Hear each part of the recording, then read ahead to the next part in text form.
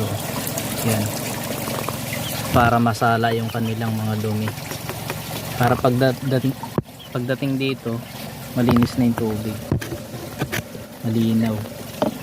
Tapos nilagyan ko na rin dito ng tila para kahit papaano yung mga lumusot na dumi dito sa sa filter ay masala pa rin ito. Tulad niyan, marami pa rin yung tila niya. Hindi talaga siya nasasala ng graba, buhangin, foam at saka ng uling. Meron pa rin talagang natitira. At ito naman yung tubig niya, malinaw naman. So yung tubig nito ay pa 6 na araw na ngayon. So bukas tayo magpapalit.